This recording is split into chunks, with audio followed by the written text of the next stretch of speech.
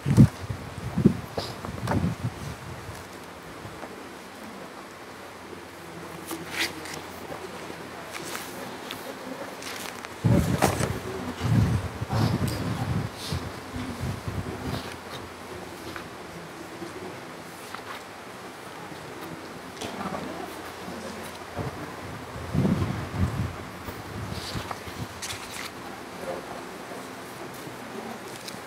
buka ni. Risalah. Syarat-syarat sah menjadi makmum. Bagus sekali ya baca. Bismillahirrahmanirrahim. Alhamdulillahi rabbil alamin. Wassalatu wassalamu ala asyrafil mursalin Sayyidina wa maulana Muhammad wa ala alihi wa sahbihi ajma'in. Qala rabbi israh li sadri wa yassir li amri wahlul 'uqdatam min lisani yafqahu qawli. Allahumma iftah lana futuhal arifin. Muka surat 5 dah. Risalah syarat-syarat sah menjadi makmum. Tajuknya betul ni. Syarat kedua. Syarat kelayakan orang jadi makmum yang kedua. Dia ada 12 syarat. Syarat kedua. Syarat-syarat sah mengikut imam genak-genak 1 dozen. Wujud tidak sekodi. Syarat kedua, sah makmum mengikut imam setelah berada di suatu tempat bersama imam. Syarat sah makmum mengikut imam yang kedua, mestilah berada makmum dengan imam di suatu tempat. Jangan tempat berasingan. Tidak sah. Imam semaya di masjid, dia semaya dalam rumah dia. Apa kenama semaya Jumaat apa gitu. Dia kena mesti berada di suatu tempat.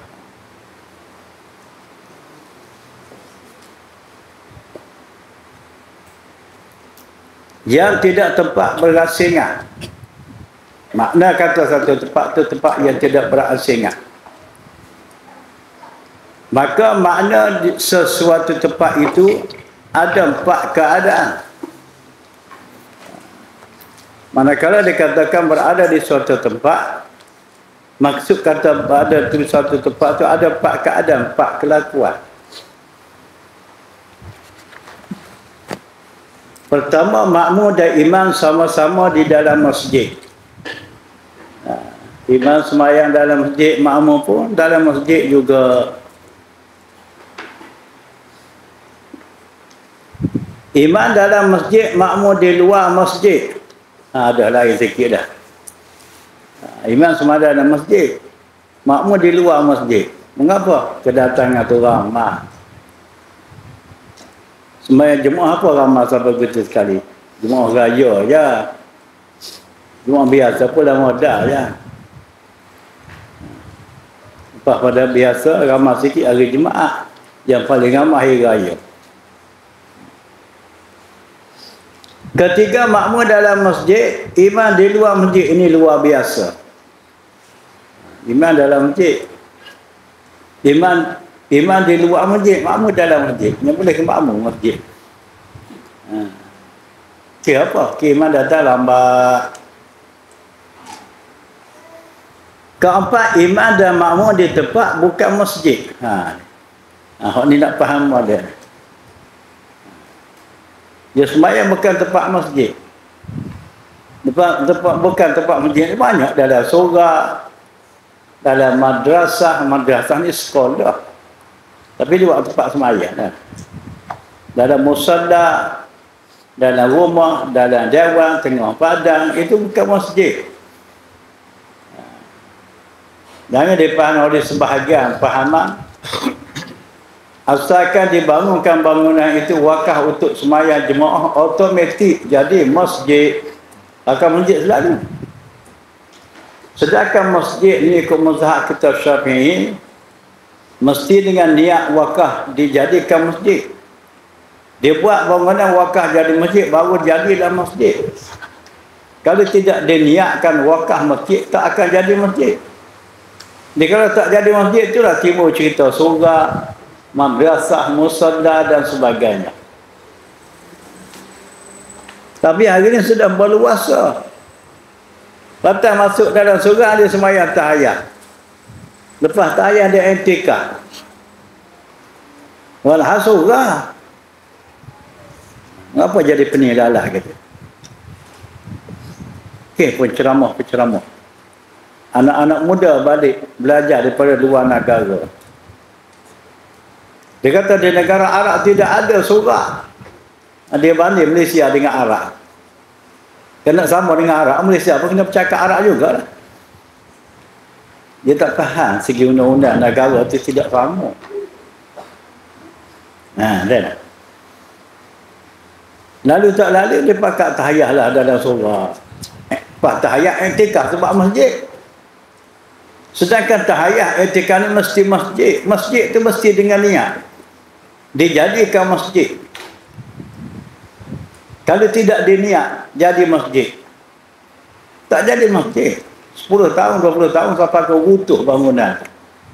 Duk kekal dengan nama bukan masjid, nama surga ke nama madrasah. Tapi masalah sekarang dia kata masjid. Tetapi ditulis dia. Ditulis di terpapar nak masuk pintu surga tu surga. Surga. Dia kata masjid. Saya kata macam tu, saya kata direct tulis masjid lalu dah kalau masjid. Apa lagi duk tulis surga? Takut apa? Gentleman lah. Tak kena pening orang tu. Orang baca surga. Dia niatnya masjid. Dia hukum surga dengan masjid tidak sama. Surga tak ada i'tikaf.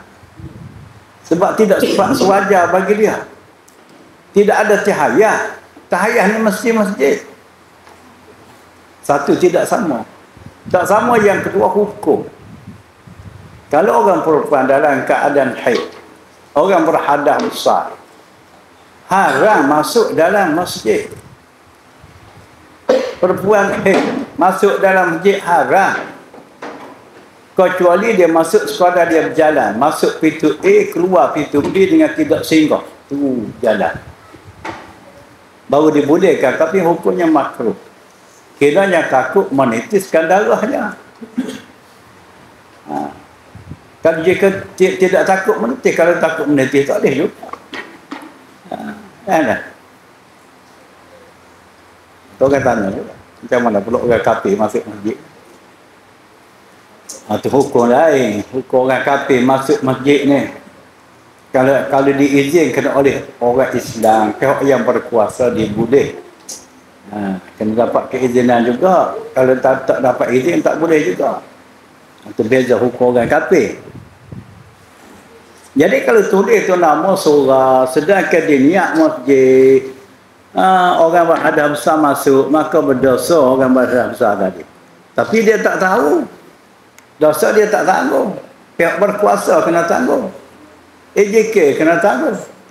Dia sebab itulah menjadi kewajipan bagi orang yang berkuasa masjid tu, kena isytihar, kena tulis, kena tanggal nama surga kepada masjid. Dia begitu. Tapi masih kekal nama surga. Niatnya masjid. One. Satu pengaruh. Dengan pahaman-pahaman luar, dia import masjid ni masuk cukup banyak.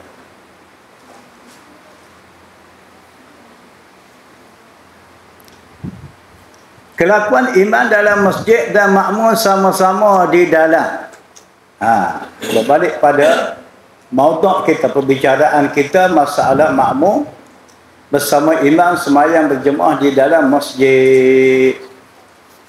Hukumnya sah makmum itu berimam dengan dia, dengan imam tersebut. dengan dia imam tersebut. Boleh. Makmum tadi nak beriman dengan imam tu. Sebab mereka berdua ni sama-sama semayang dalam masjid. Setelah ada dua syarat baginya, tapi dengan cukup syarat. Hak makmum semayang dalam masjid, imam semayang masjid, maka sah makmum berimankan setelah ada dua syarat. Apa syarat dia tu?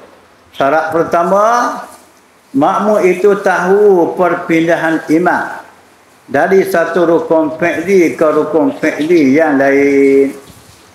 Makmum tu tahu. Oh, imam yang diikut tu, imam tu berpindah daripada satu rukun fi'li kepada rukun fi'li. Rukun fi'li ni rukun jenis perbuatan. Dia tahu imam tu rukuk, dia tahu imam tu tidak. Tu makna kata rukun fi'li. Maka bolehlah ikut. Sama ada ia lihat. Pada kata tahu tu dia tengok imam. Atau dia tak nampak imam sebab telinga dengan orang ramai. Tapi hasil juga tahu kalau dia tengok pergerakan makmum-makmum di belakang imam. Itu dia kata tahu juga tu. Tahu dengan suara. Nak tengok tu imam, nak tengok pergerakan makmum-makmum belakang imam tak nampak sebab semayang dalam gelap. Tapi dengan suara tu dia boleh faham. Imam sekarang rokok. Imam sekarang iktidal. Imam sekarang sujud. Itu pun dia katakan tahu tu. Walau suara mubaligh sekalipun. Bukan suara imam. Suara pengatar orang lain. Suara mubaligh. Pun dia hukum tahu jugalah. Asalkan tahu. Sekalipun sudah memadai. Bolehlah. Jangan melarang. Dia tak tahu, makmum tadi tak tahu. Walaupun sembahyang sama-sama dalam masjid pun. Tapi dia tak tahu kedudukan imam tu berada di peringkat mana. Tidak sah. Dia beriman dengan orang begitu, tidak sah. Maka berbaliklah pada ceritanya. Orang buta dan pekak sekaligus tidak sah jadi makmum.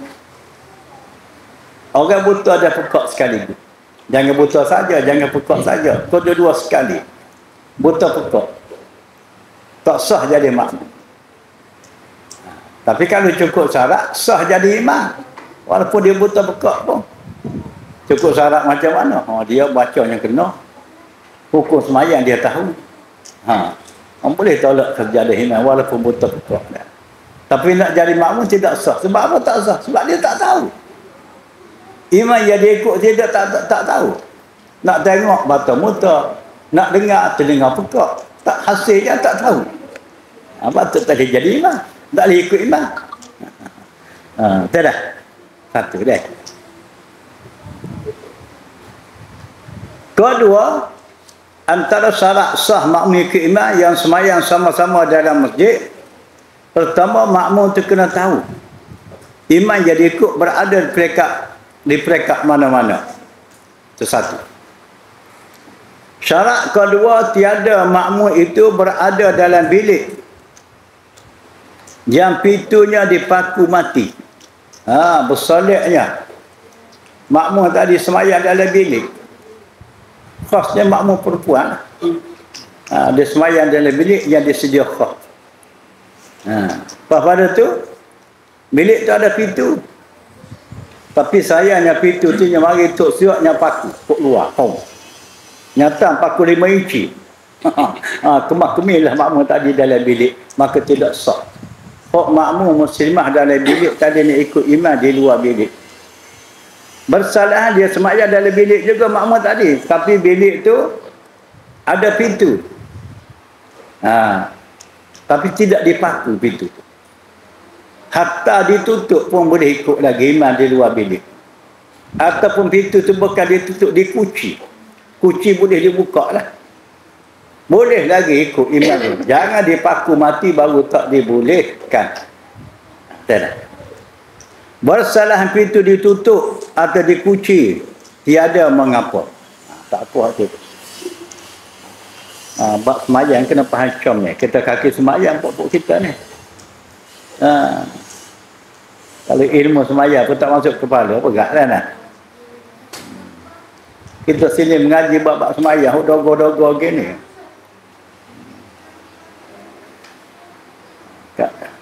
Nak betul ibadat harian.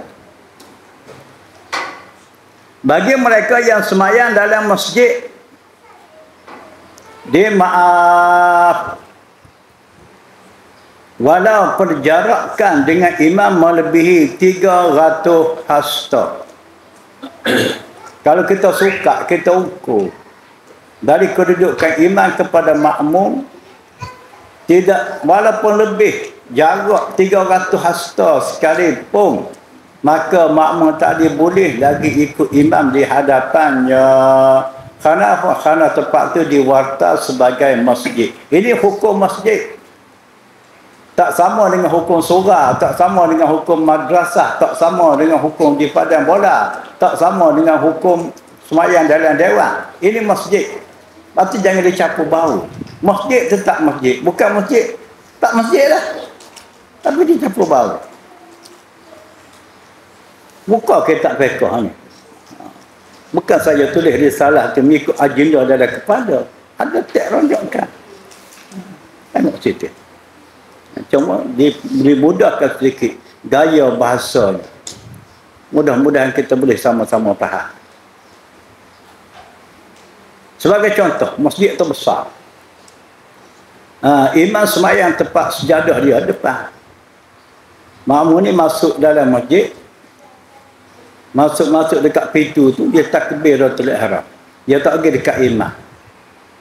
Kalau diukur jarak kedudukan imam dengan dia lebih 300 hasta. Masih lagi sah dia ikut imam di hadapan. Boleh lagi dia ikut. Walaupun dia belakang imam tu kosong dari sah-sah. Tak ada sah. Punya imam dengan dia. Pun boleh lagi. Ini masjid. Jangan di tempat bukan masjid. Bukan tempat masjid. Kau kata tadi lah. Musada, jami'iyah, madrasah, surga, dalam dewan, tengah padang.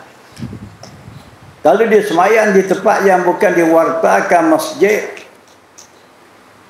kalau dia suka dengan hasta kedudukan dia dengan imam tu lebih setakat 300 hasta, tak ngapa, boleh. Kalau lebih 300 hasta tidak sah.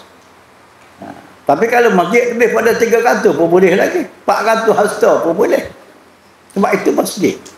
Taraf masjid ni ada kelonggaran hukum ke atas. Kalau hok bersambung tak timbullah cerita hasta tu. Lepas belakang imam tu ada sah, lepas pada sah pertama ada sah kedua. Kerana masjid itu suatu kelonggaran baginya. Dan masjid itu tepat di wakaf. Masjid itu tepat di wakaf masjid. Dengan niat wakaf masjid. Kalau cadangannya bangunan ni buat masjid ni, akhir sudah buat masjid. Tapi mereka tu tidak diniatkan masjid. Maka tak jadi lagi masjid. Jadinya setelah bermula niat, jadikan dia tu masjid. Sebagaimana surga hari ni. Mereka awalnya surga. Surga tahun demi tahun. Lama-lama diiktiraf oleh pihak berkuasa membenarkan mendirikan jemaah padanya. Maka kata ahli jatah kuasa, rugi kita ni. Kalau dia main surga manja ni nak iktikaf pun tak ada. Tak boleh sebab surga. Kita buat masjid lah. Maka boleh lah. Setelah dia niat jadi masjid, maka jadilah. Status surga tadi berpindah kepada masjid. Barulah jadi masjid. Tapi dipaham oleh masyarakat kita hari ni, mereka awalnya surga, setelah dibenarkan buat jemaah, automatik jadi masjid. Mengapa? Kerana buat jemaah. Mau ngaji buat jemaah gua ni. Kalau macam tu apa hal? Kalau semua jemaah bukan di masjid. Semua jemaah di padang bola. Sah ke tidak jemaah tu? Ngongah-ngongah tu nak jawab terti. Nak cakap kita ngaji lah buat jemaah. Buat jemaah ni ada syarat wajib jemaah, ada syarat sah jemaah. Maka kalau syarat sah jemaah, adakah termasuk jemaah itu mestinya dalam masjid? Tak langsung. Di mana-mana boleh buat jemaah. Asalkan jangan keluar daripada kawasan penduduk setempat. Kalau dia buat jemaah, keluar daripada kawasan penduduk setempat, tidak sah. Sebagai contoh, kita duduk di Batu 10. Tahan, kita buat jemaah di Batu sebelah, Batu 9. Tak kena-mengena dengan Batu 10. Tidak sah. Sebab itu luar kawasan penduduk. Tidak mestinya buat jemaah itu dalam masjid. Inilah masalah. Dia mengaji ke mana, tak tahu. Mengajar dalam masjid. Bukalah kitab fiqh dah nah. Keliru. Ada satu surah dulu Kelang. Pening juga.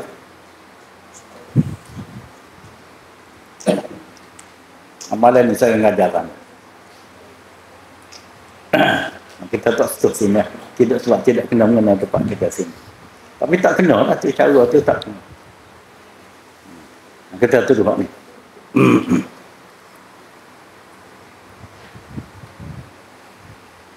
Bagaimana tu aja Dok Bukit Abah? Dia cerita dalam kuliah dia. Saya masih ingat lagi cerita dia. Seketika dia buat masjid dia tu. Mula-mula dia buat masjid, dia tak niat masjid lagi. Buat dulu. Dia bagi kelonggaran tukang-tukang buat. Setelah siap buat, barulah dia niatkan masjid. Kenapa gitu? Hujah dia nya, dia kata kalau awal-awal letak batu asas kita niat buat masjid dah, orang dia tengah buat masjid dengan sukatan sekian-sekian, berarti orang tu sudah berada dalam masjid. Sebab kita ada niat masjid. Walaupun masjid tak siap lagi, hakikatnya kita sudah ada dalam masjid. Boleh dah kita masuk nak etikah, nak tahayah gitu. Sekadar kita ikat batu bedak lah. Sebab orang kata buat masjid gubat gitu. Lepok tanah, buat batu bedak.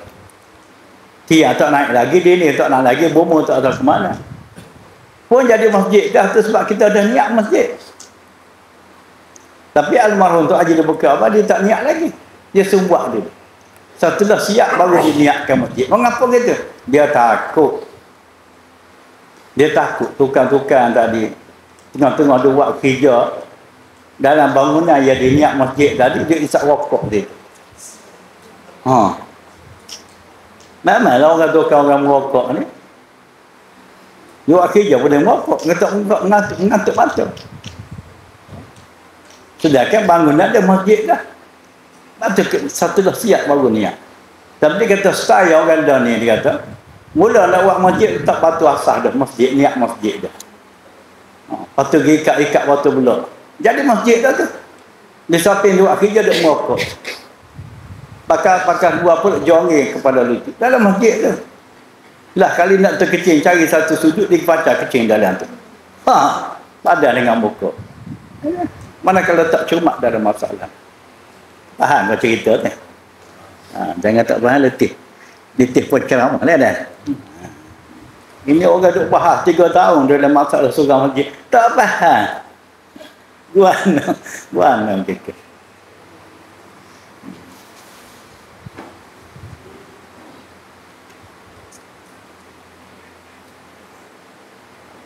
Dan masjid itu tempat wakaf masjid. Dan kalau diwakaf, jadi wukuf pula dah. Ni wakaf. Biasalah menulis ni. Kita tulis wakaf, dia tulis wukuf. Dan kalau diwakaf tempat berjemaah, dengan tidak berniat masjid, nescaya tidaklah dikatakan masjid. Kekal nama surga situ lah. Sebab kita sini surga. Dulu marilah penceramah. Dulu penceramah luar ramai pakat masuk mari ceramah sini sebab yang menjemput tu. Orang lain jemput penceramah mari. Marilah ceramah. Dia kata ni patut buat masjid ni. Yang mari fikiran dia tu. Dia tengok comel, seolah masjid. Masjid macam mana? Kita pun tidak daftar masjid. Kita pun tak ada cerita nak buat masjid. Belakang depan tu dah ada masjid. Undang-undang tempat kita bukan semua dah. Kalau kita buat tanpa aturan, siap AJK kena punggah lah jalan.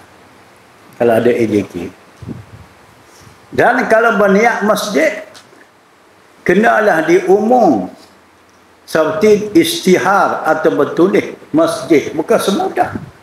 Ini terpapar tulis nama surah. Surah An-Nur. Tapi masuk dalam surah tu, tahayah masjid. Tak kalau bengong dia. Mana? Saya nak heret cerita dulu kelam. Dia surah tu 2 lapis surah kita sini. Dia pernah buat jemaah. Lepas tu dia sekat dengan sliding tepi tu.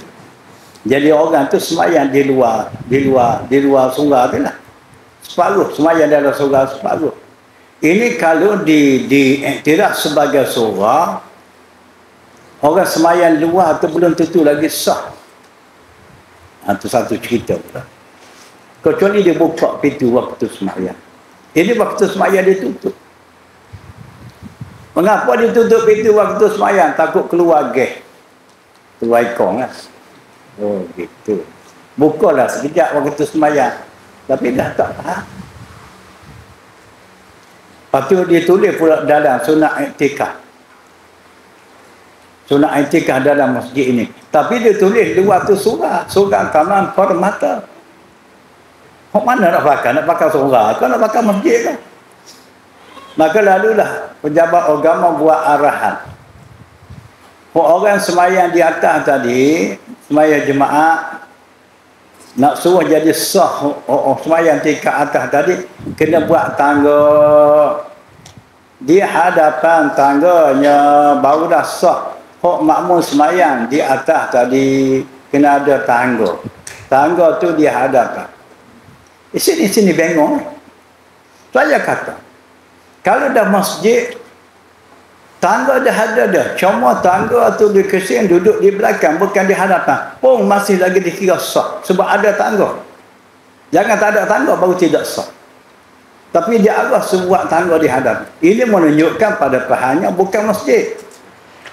Masjid kalau orang semayang di atas, ikut imam di bawah, dia kena ada tangga. Di hadapan. Bukan di belakang. Tidak sah. Bagaimana kita sini? Kita ada buat tangga dulu. Kita tebuk situ. Kerana dah kata ada jemaah muslimah nak semayang di atas. Tapi ini bukan masjid, ini surah kena ada tangga. Tapi fikir semua telah nak semayang di atas. Kok bawah pun tak rata. Tak nak. Lalu tutup balik tangga. Lubang tutup balik. Tangga tu bukan murah tu. Berbalik pada cerita Ulu Kulan. Tangga kayu. Oh, kayu lebih mahal daripada besi. Ini dia pun penilalat juga. Arahan tu penilalat. Sekali-sekali seolah sunnah. Sekali-sekali seolah masjid. Nak pakai hak mana satu. Kita tak boleh kata jemaah ni tak tahu apa. Orang berilmu. Bimbing dia dah nak.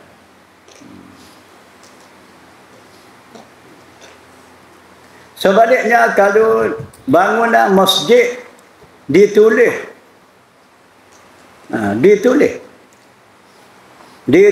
surah, lebih guananya mari pula ni.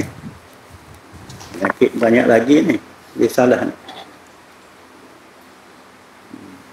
Sebaliknya kalau bangunan tu masjid ditulis surah atau madrasah, itu suatu kesilapan.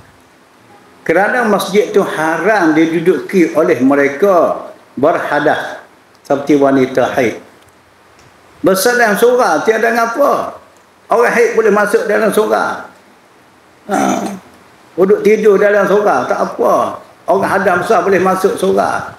Itu lain hukum kalau main sama. Dibanding negara Arab. Negara Arab tak ada istilah surah. Kalau dia buat bangunan tempat semayang, automatik masjid lah. Itu undang-undang negara dia. Malaysia ni tak boleh, kena daftar pada pihak jabatan agama. Pihak jabatan agama pula manakala dia lulus bangunan itu sebagai masjid, akan tentu tanah yang dibangunkan masjid itu pun digazetkan jadi tanah masjid. Bukan semudah. Sebaliknya pula kalau tanah dibangunkan masjid tadi tidak digezet, maka tanah tu dikira masjid dah. Bangunan utuh dia tinggal tanah logo. Tanah yang diniat buat masjid tadi jadi masjid. Tak ada bangunan. Boleh kita etikah atas tanah. Pasti dia kena gezet. Kalau tak digezet, tak digezetkan masjid, habis utuh bangunan. Jawab pusat karaoke pula sini.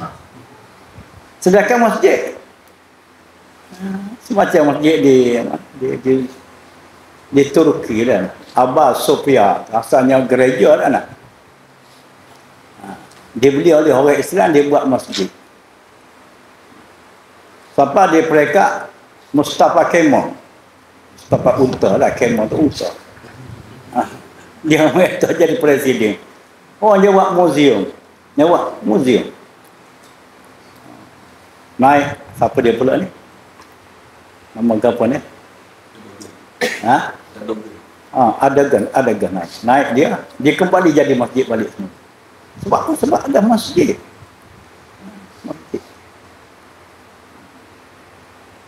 Dia Adagan pun penakut juga. Dia berjiran dengan plastik. Tak adalah nak hantar tentera ke plastik. Mengapa jadi takut? Jadi masuk geng puak-puak Yahudi juga. Masuk geng tu juga. Tengok kan. Dia jadi takut. Maka sebab itulah kewajipan atas yang berkuasa seperti AJK membuat pengenalan bangunan itu masjid. Ini taraf masjid. Bukan semudah. Tapi dia buat pengenalan surah. Sedangkan masjid. Itu keliru.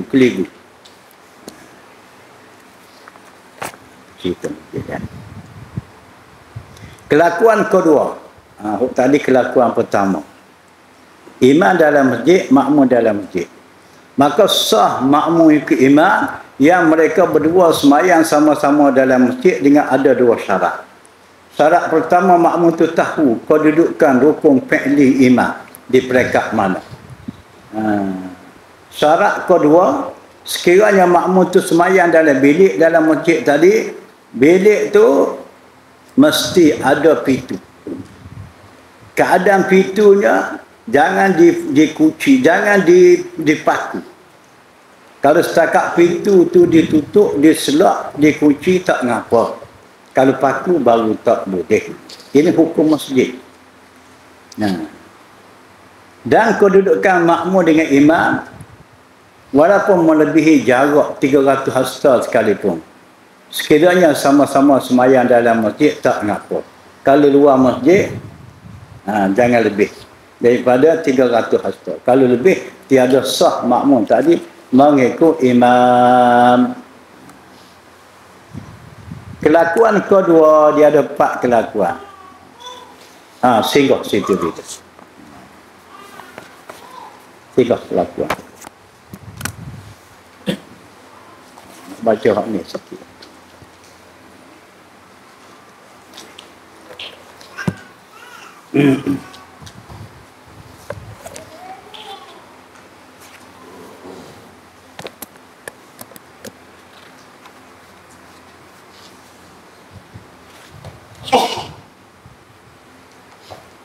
Bismillahirrahmanirrahim.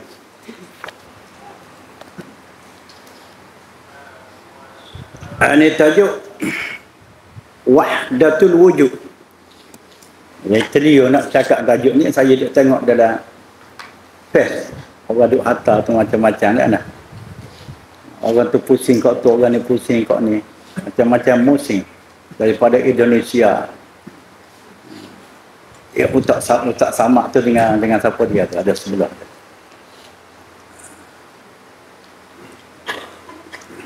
Wahdatul wujud. Tapi tak jumpalah saya dalam istilah wahdatul syuhud. Tapi dia buat mari tu wahdatul wujud juga wahdatul syuhud. Itu tak lain syuhud tu. Istilah tersebut, istilah wahdatul wujud tu diguna pakai oleh ahli tasawuf. Perkataan wahdatul wujud ni kata-kata yang dipakai oleh ahli-ahli sufi. Dalam ilmu lain daripada tasawuf tidak ada istilah wahdatul wujud. Ilmu fiqh tak ada, ilmu tauhid tak ada. Ilmu adat tak ada. Pokoknya perkataan wahdatul wujud tu digunakan pakai di sisi ahli tasawuf. Di sisi ahli tasawuf.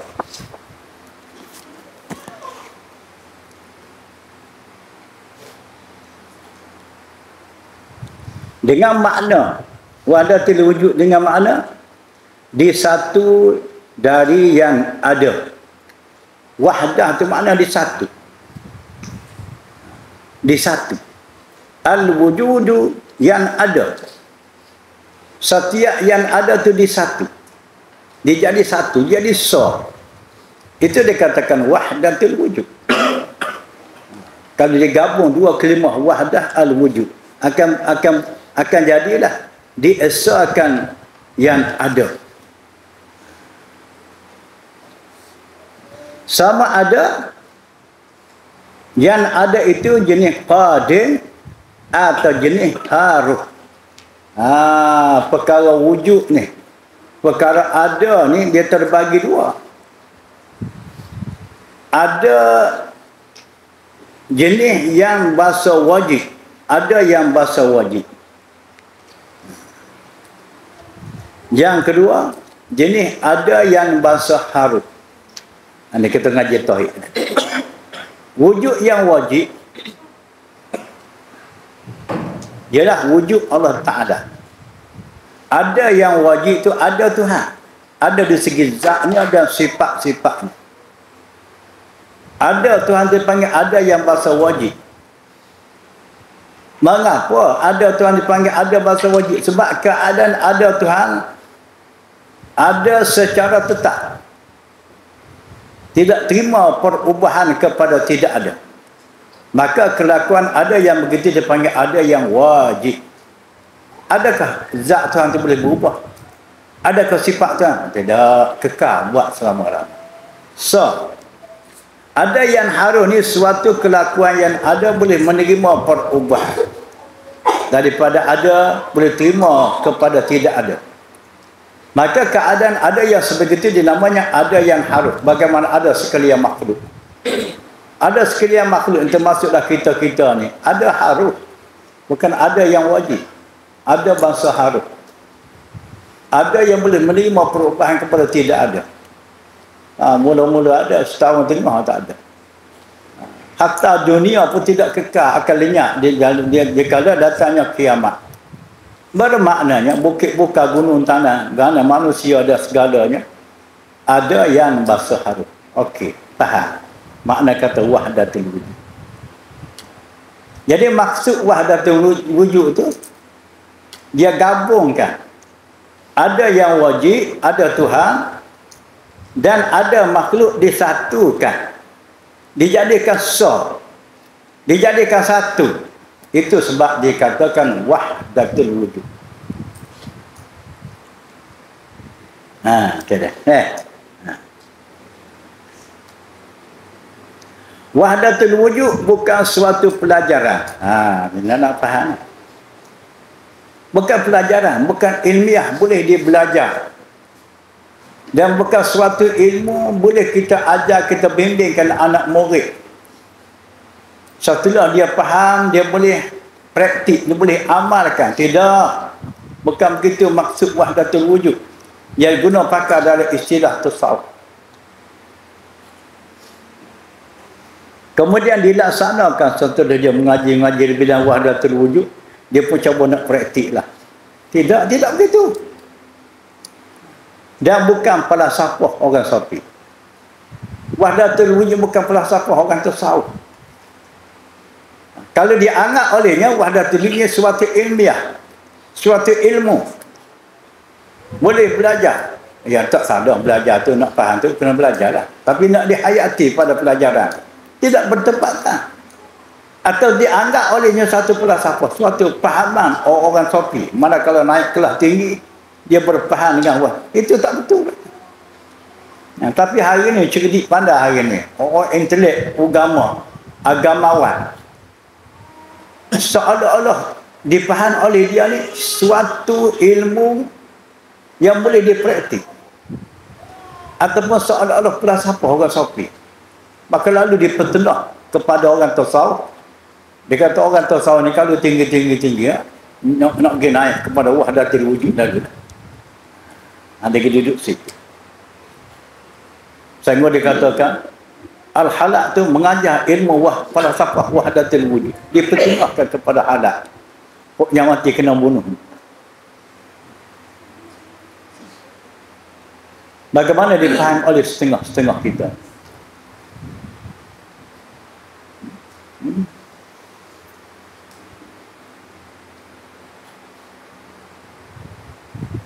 Sedangkan wahdatul wujud ni bukan ilmu, bukan falsafah.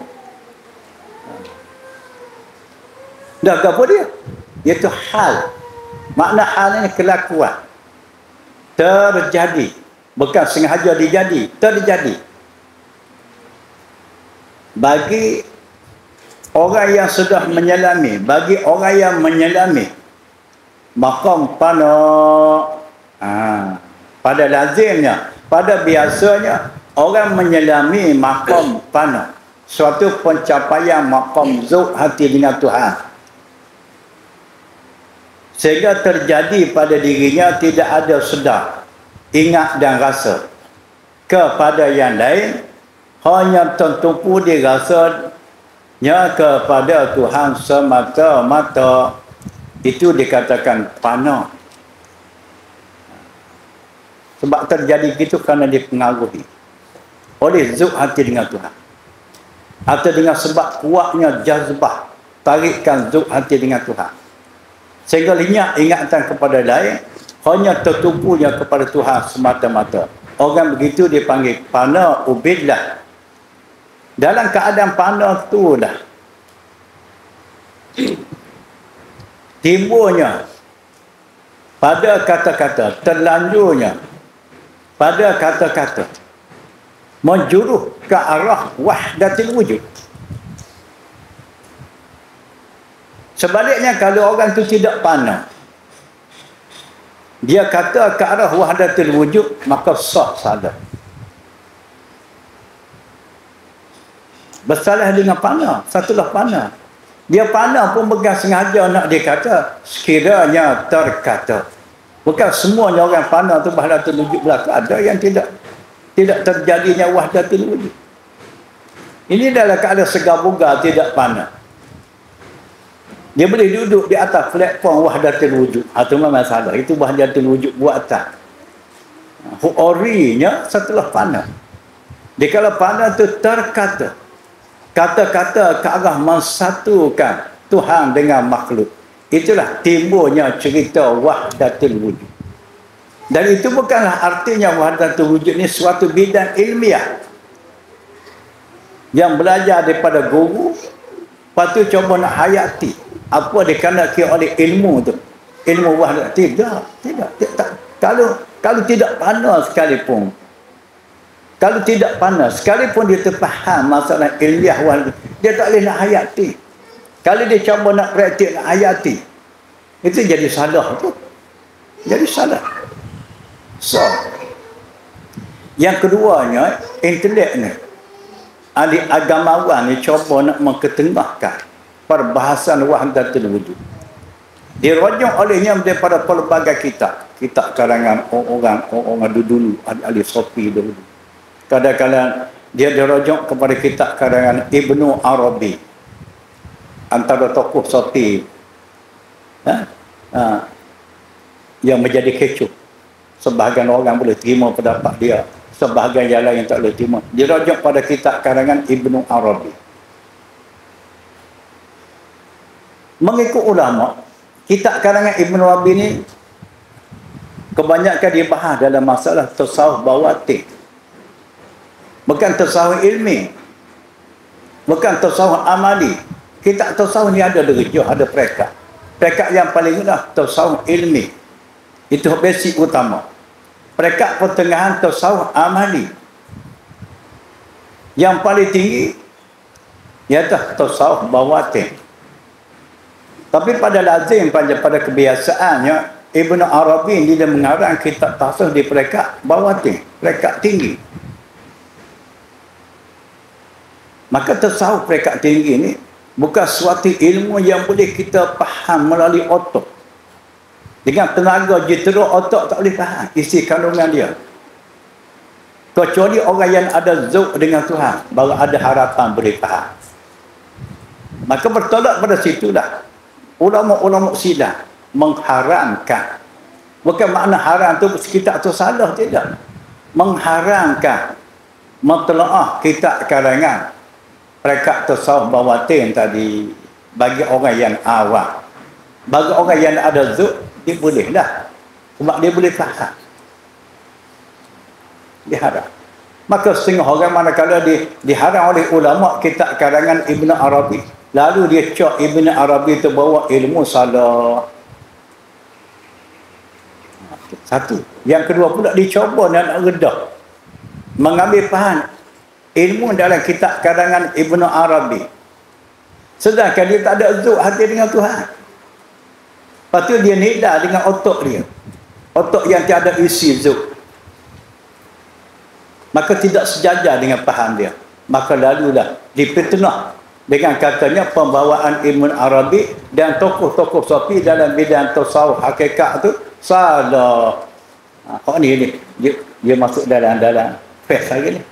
Cakap. Dia tak mengaku. Sedangkan ilmu sebegini dah ni, ilmu tasawuf bukan suatu ilmu yang mudah. Nak faham. Dia sebab itulah. Dengan ilmu tasawuf dia suruh berguru. Dia suruh berguru.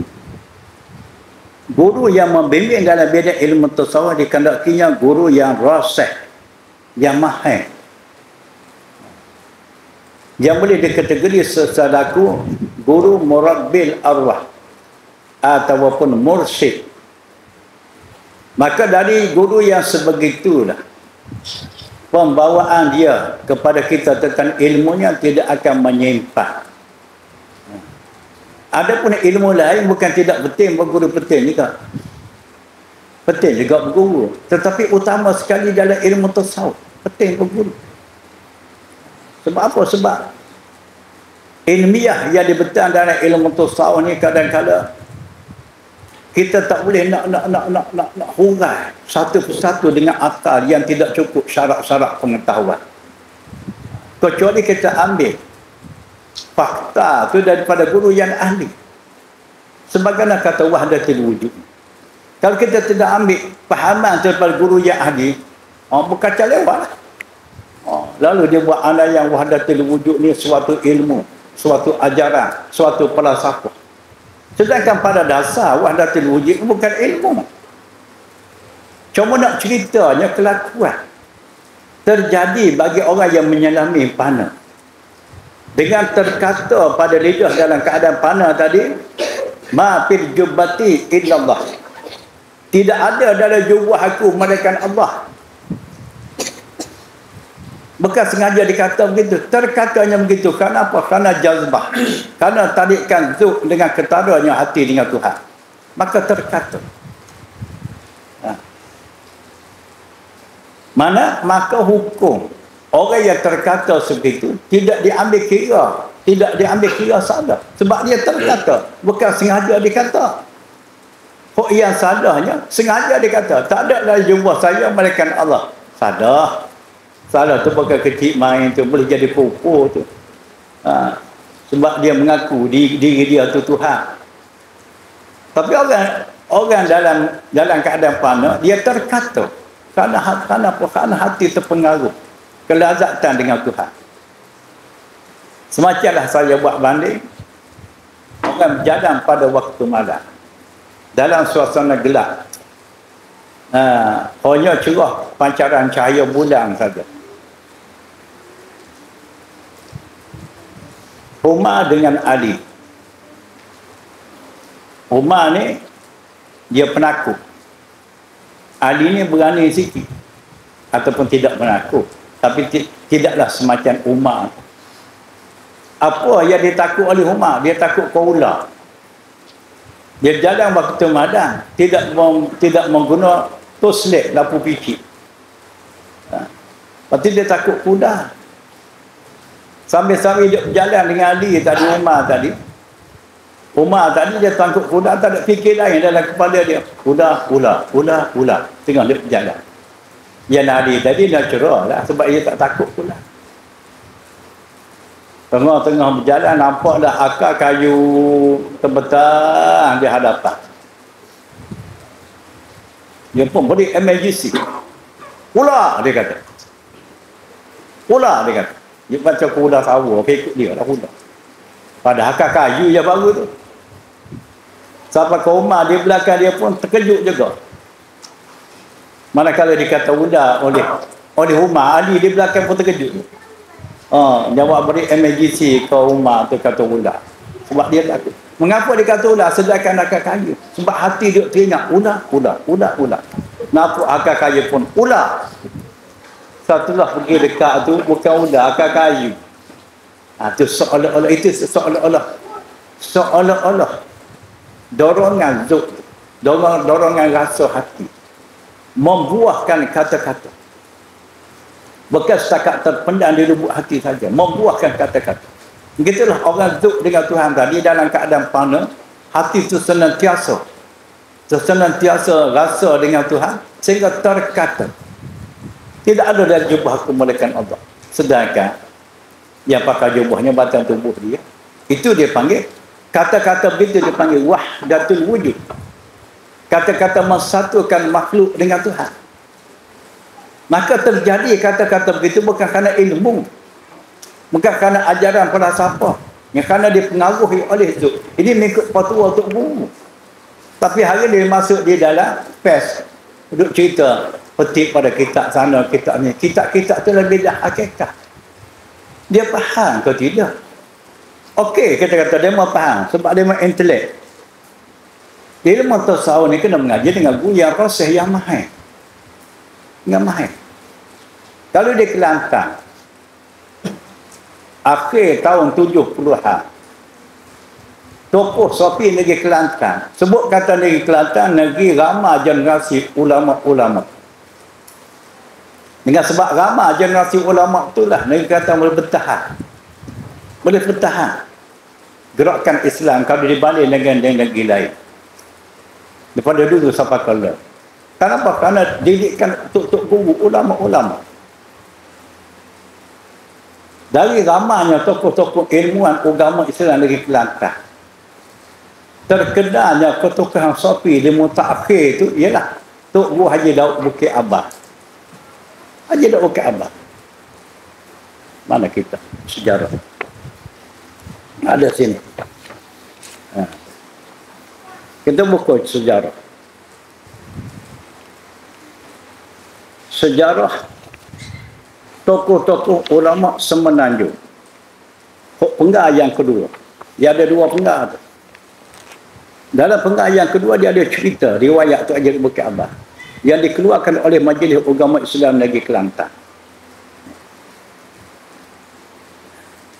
Sehingga dikatakan Tuan Haji Bukit Abah ni seorang tokoh tasawuf dan tarekat Ahmadiyah Idrisiyah yang masyhur di akhir-akhir ini. Jadi kok dia mau nak cakap dalam perkara tu, dia ambil fatwa fakta daripada Tok Guru tasawuf. Kita takut setakat dia baca dalam kitab-kitab, dalam buku-buku tanpa bimbingan guru. Inilah dia katakan dalam bab tasawuf ni, kalau kita ambil faham tanpa wasitah guru, maka syaitanlah mengambil alih jadi guru baginya. Kena ambil. Ada. Dia tak boleh gila. Dia kena bimbing. Saya cerita ni, saya masih ingat ikut kuliah pengajian. Ingat lagi, dia duduk syarah dalam bab wahdatul wujud. Itulah Ustaz Mustafa Jiah masuk dalam buku Mengenali Wali Allah. Buku dalam buku mana dalam bab wahdatul wujud dibahas oleh Ustaz Mustafa Jiah. Dia ambil fakta daripada Tok Guru juga.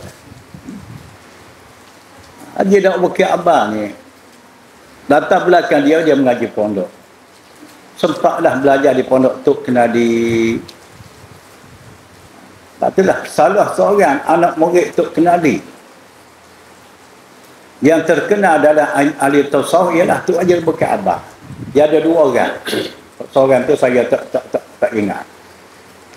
2 orang. Tengok dalam buku riwayat Tok Kenadi yang dikeluarkan oleh Dewan Tok Kenadi. Buku dikeluarkan oleh Dewan Tok Kenadi. Anak murid Tok Kenadi yang terkenal dalam bidang ilmu tasawuf 2 orang. Salah seorang daripadanya Tok Haji Bukat Abah. Kalau kita tengok dalam buku yang dikeluarkan oleh Dewan Bahasa Pustaka. Dewan Bahasa ada keluar. Cerita pasal tarekat Ahmadiyah di Malaysia. Dikata olehnya, Haji Dok Bukat Abah adalah orang yang terpenting dalam tasawuf di rantau ini. Di rantau. Kalau sebut kata rantau itu masuk dalam Malaysia, Thailand, Brunei, Singapura, Cambodia. Ini rantau. Masuk Indonesia. Bukan. Itu fakta. Ada. Haji Dok mula-mula mondok dikenali pada batu dia bagi ke Pasimah. Akhir sudah dia mondok di Kota Baru. Kota Baru tu Haji Niklah. Pondok Haji Niklah.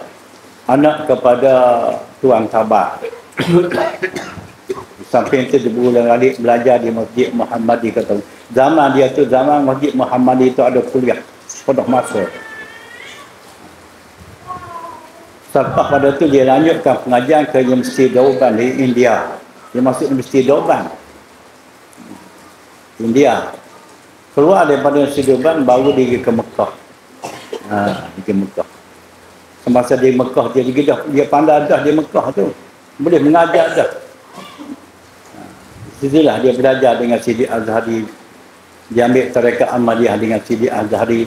Sehingga dia sanggup jadi khodam bagi Sidi Azhari di Mekah. Selama 12 tahun. Mekah 12 tahun.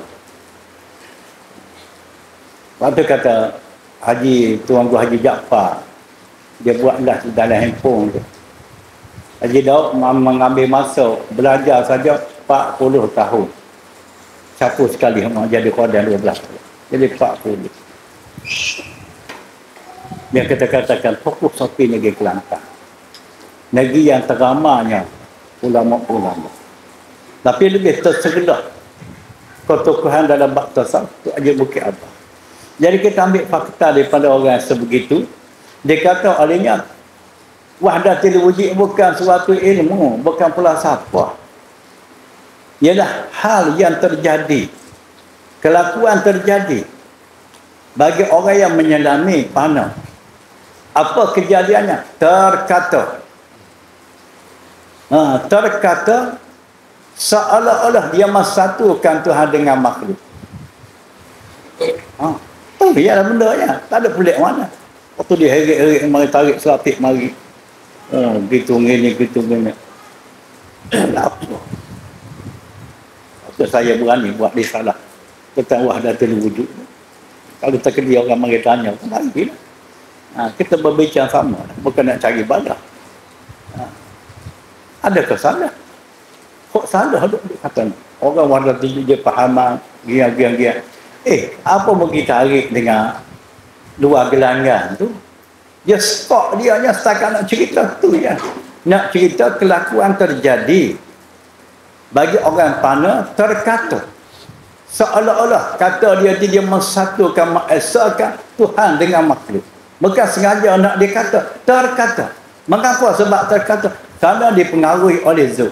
Karena tarikan jazbah zuk tu kuat bagi dia. Semacam orang yang takut kepada ular jalan waktu malam. Hati tu dia ingat ular. Akak kayu terbentang pun dia kata ular. Setelah dia dekat, bukan ular. Dia tadi mengkata ular sebab dia pengaruh di hati kerana takut kepada ular tu. Adapun si Ali tadi tak takut ular. Jalan-jalan dia kata ular. Itu bohong. Ali tu bukan wahdatul wujud tu. Wahdatul buat. Adapun Umar tu wahdatul wujud sungguh. Oh, itu harus jalan mudah lah nak. Oh, dia lupa ambil kokah, menyasar dan kelai. Dia ambil ilmu mana? Oh, dia buku dalam kitab. Ilmu sawah ni tidak cukup. Sekadar kita baca kitab, dia kena ada bimbingan guru. Sebab apa? Sebab ada di antara ayat-ayat yang sulit nak difaham. Kalau tidak ada guru, akan terlibat anak yang sendiri ikut kepala dia. Ikut kepala dia. Kepala dia tak makan ukur kan. Lepas tu juga ada yang sendiri. Di situlah timbulnya bagaimana kata tokoh-tokoh Sufi, sesiapa yang tidak ada syekh, tak ada guru, maka syaitanlah yang menjadi guru bagi ini muka ni. Ini sebahagian daripadanya. Syaitan mengambil alih. Dah. Ini bukan payah, bukan pelik dah. Lepas tu dia duk bahas pasal tu. Dia seolah dia tak nampak gambaran tu. Seolah dia mempertengahkan orang tasawuf ni. Dia mengajarkan orang siapa di peringkat tu. Siapa di peringkat mengesahkan Tuhan dengan makhluk. Itu setelah dia lilakan Wahdatul Wujud suatu ilmu. Suatu ilmu. Bagi kita tidak nilai Wahdatul Wujud ni ilmu. Hanya kita kata Wahdatul Wujud suatu pengalaman rohani. Suatu perkara rasa yang dialami oleh mereka yang menyalami pada itu ialah. Sebab itulah tokoh-tokoh Sufi zaman dulu, guru murabi zaman dulu, setelah dia buka gelanggang tarekat, dia adakan tempat-tempat khas, tempat murid tadi beribadat, tempat bersujud dan sebagainya. Dari tempat tu dia jadikan bilik-bilik khas pula. Ada bilik-bilik khas. Apa tujuan dia jadikan bilik khas tadi? Dia takut murid dia tadi menyelami zuk dan terjadinya panah. Dalam suasana panah, murid dia akan tangkap masuk dalam bilik. Dia akan kawal lah. Disediakan makan. Tapi dia tidak dibenarkan sama sekali bercampur baur dengan orang luar. Mengapa dia takut terjadi begitulah? Terjadi terkata atas jalan wahdatul wujud tadi. Maka jadi fitnah lah. Bukanlah sejarah tokoh-tokoh Sufi zaman dulu kan. Dia adakan zawiyah ni tempat-tempat beribadat mengikut orang Sufi. Jadi terkata ke arah sebegitu, ke arah seolah satu Tuhan dengan makhluk, ma'afil jubbati indallah, tidak ada dalam jubah saya melainkan Allah. Terkata sebegitu dia panggil syattah. Syattah. Dia kata seolah satu Tuhan dengan makhluk, itu dia panggil wahdatul wujud. Terkata arah wahdatul wujud dia panggil syattah. Ini istilah dalam tasawuf. Makna syattah itu terkata. Bukan sengaja nak dikata. Mengapa terjadi terkata? Karena dipengaruhi oleh zuk tadi. Kekuatan tarikan zuk sampai terkatanya begitu. Tarikan zuk dia panggil jazbah ni lagi, atau jazbatul haq, tarikan sebenar, tarikan dengan Tuhan. Itu panggil jazbah. Jadi orang dalam keadaan jazbah itu dipanggil syuk. Makna syukur dalam keadaan mabuk. Mabuk. Bukan sebuah mabuk laut, mabuk tidak. Disebut pada hati itu. Mughalazah. Tertariknya kuat, daya tarikkan dengan Tuhan. Seolah-olah mabuk dalam alunan makrifat hati dengan Tuhan. Dan itu istilah yang digunakan pakai dalam tasawuf. Dah.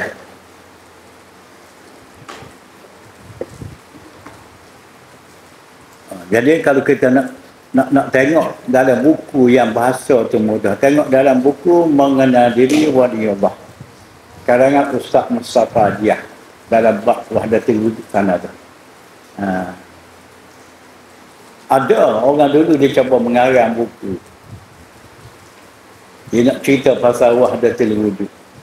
Jadi nampaknya condong karangan dia tu ke arah berbentuk ilmu juga.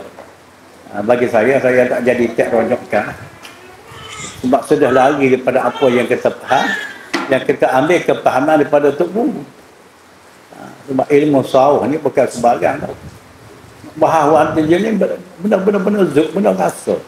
Nak guna dengan otak tadi. Kalau kita ambil petua guru tu, walaupun benar kita tidak rasa sekalipun, tidak akan lari daripada asah dia. Kalau tidak akan lari lah. Kita andaian dengan kepala kita. Lari. Orang kata wahdatul wujud ni suatu campurkan rasa hati sebab terjadi begitu. Dia buat andaian wahdatul satu ilmu yang boleh diajar dia orang. Maka dia total, lalu tak lalu. Orang-orang sapi ni sadar. Orang sapi ni akhir-akhir boleh membawa kepada kesesatan. Sebab boleh menghasilkan suatu ilmu yang tak masuk akal. Namanya wahdatul wujud. Situ sudah pergi. Itu sudah dicampur baru oleh syaitan. Jadi rusak. Cuba balik tengok dalam TikTok. Coy dalam TikTok tu. Tubik tu cerita wahdatul wujud daripada Indonesia bersama dengan Ustaz Samad. Faham modek. Ustaz Samad dia tak cakap gitu, dia tanya kawan tu duk cakap. Tapi sekali-sekali celah juga jalan tu. Bagi saja tak buat hatilah. Nanti kita nak tahu pula. Yang Ustaz cakap begitu tu fakta dia ambil faham ilmu ni siapa guru. Dia tak cerita guru dia. Dia tak cerita guru dia siapa. Cuma dia cerita kitab ni. Jadi seolah-olah dia ambil faham ilmu tasawuf yang tinggi yang peringkat muntahi ni secara membaca kitab. Sedangkan orang nak memahami ilmu tasawuf di peringkat tinggi dia kena ada guru yang rosek, yang mahir. Bagaimana saya cerita tu ajar di Bukit Abad di mutaakhir ni. Suka dah nak cari ganti. Betul ada antara ustaz tu cuba nak mengetengah. Soalan orang bertanya dia alam mulki, alam malakut, alam jabarut dan alam lahu. Oh, menyasar sampai ke langit hijaunya naik. Apa? Sebab dia tak ambil kepahaman tu daripada guru yang roseh. Tak dia ambil ceruk mana, tak tahu tak. Kau dia baca buku mana tak. Sampai dikatakan alam malakut tu alam lapisan langit yang pertama. Alam jabarut alam lapisan langit atas lagi. Alam lahu alam lapisan langit yang ketujuh. Mau ngaji mana tu? Kena jaga juga kan. Siapa tu guru duk mengajar tu? Alam mulki ni, alam syahadah ni lah. Alam yang boleh kita saksi dengan mata kepala. Boleh saksi melalui panca indera yang 5. Itu dipanggil alam mulki. Makna alam mulki ni, alam milik Tuhan. Alam ni milik Tuhan. Walaupun Malaysia dia milik oleh menteri besar. Silih berganti, naik turun. Hakikatnya milik Allah. Alam pengawasan Allah, alam mulki ni. Alam pentadbiran Allah. Allah yang mengatur, mentadbirkan alam ni. Itu sebab dipanggil alam mulki. Juga dipanggil alam nasuk, alam mulki. Alam perjalanan hidup kita manusia dari satu peringkat ke satu peringkat. Antara lain lagi juga dipanggil alam syahadah. Alam yang dapat disaksi oleh panca indera yang 5. Alam mulki. Juga dipanggil alam pana. Alam mulki yang akan binasa di suatu masa. Maka alam malakut itu pula. Alam malakut ni ada perjalanan rohani seseorang. Antara lain lagi alam malakut ni dipanggil alam hadratillah. Alam kehadiran zuk hati seseorang dengan Tuhan. Itu alam rohani itu. Alam malakut. Orang yang ada zuk dia boleh memasuki alam malakut. Makna alam malakut ni alam yang Tuhan buka mata basirah. Buka mata hati, dinapuk olehnya. Makhluk yang paling ramai terada di alam itu ialah para malaikat. Itu sebab dimasyhur panggilnya alam malakut. Dan juga alam malakut ni sebahagian daripada alam barzakh. Jadi orang yang terbuka menapak mata hati sebegitu, setelah hati itu suci.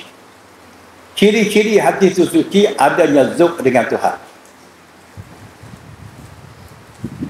Bukan makna alam malakut, alam lapisan langit.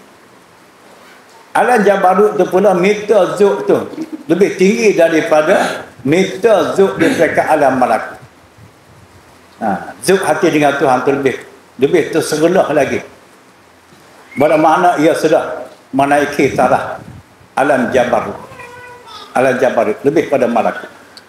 Alam lahu tu kemuncak zuk hati dengan Tuhan.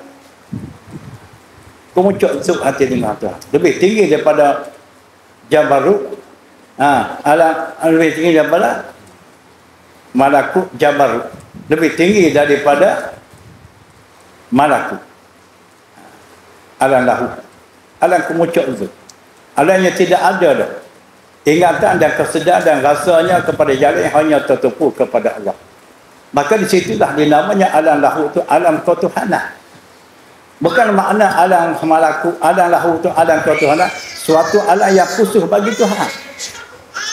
Makna alam ketuhanan itu nisbah kepada, tidak ada sedar dan ingat hati kepada jalan, hanya kepada Tuhan semata-mata.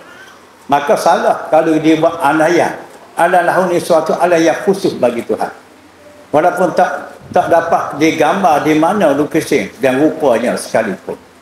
Sebab apa? Sebab hakikat menjadikan Tuhan tu bertempat mana di alam lahu. Itu sebab jadi salah. Sedangkan alam lahu ni sekadar nama saja alam. Bukan berbentuk berbagai berupa dah. Sebagaimana contoh kita kata anak muda, tapi sekarang dah anak tua. Kita tanya dia di zaman muda, macam mana gaya hidup dia zaman muda dulu. Oh, dia kata saya hidup zaman muda. Al-Maklum sebut kata muda, senantiasa dalam alam perciptaan. Kita boleh gambar ke alam kita tak lebih dah. Nak cakapnya tarikkan hati dia tu, kuatnya dalam alam perciptaan. Jikalau kuatnya bercipta tu, maka layak dinamakan alam perciptaan. Sama juga kuatnya tarikkan zuk hati dengan Tuhan. Dia panggil alam malakut jabarut, alam lahu. Bukan suatu alam berbentuk berbagai berupa. Tidaknya begitu. Itu orang guru pada Indonesia main mengajar hakikat di Malaysia. Dia kata alam lahu, alam ketuhanan, suatu alam yang permai bagi Tuhan, yang tak dapat digambar cantiknya, indahnya. Dia guna dia suka dengan kepala dah. Suka dengan kepala dah. Ilmu tasawuf sampai peringkat muntahi suka dengan kepala, jahannam habis. Sama juga dalam wahdatul wujudnya, suka dengan kepala dia. Dia jadi musuh habis. Pada begitulah. Itu secara nipis-nipis lah tu. Nak tebal kena mengaji modal. Wallahu a'lam. Okey. Bismillahirrahmanirrahim. Alhamdulillah rabbil alamin wassalatu wassalamu ala asyrafil mursalin sayyidina wa nabiyyina wa habibina wa syafi'ina wa zufrina wa anta maulana Muhammad wa ala alihi wa sahbihi wa baraka wa sallam. Rabbana iftah bainana wa baina qawmina bil haqqi wa anta khairul fatihin.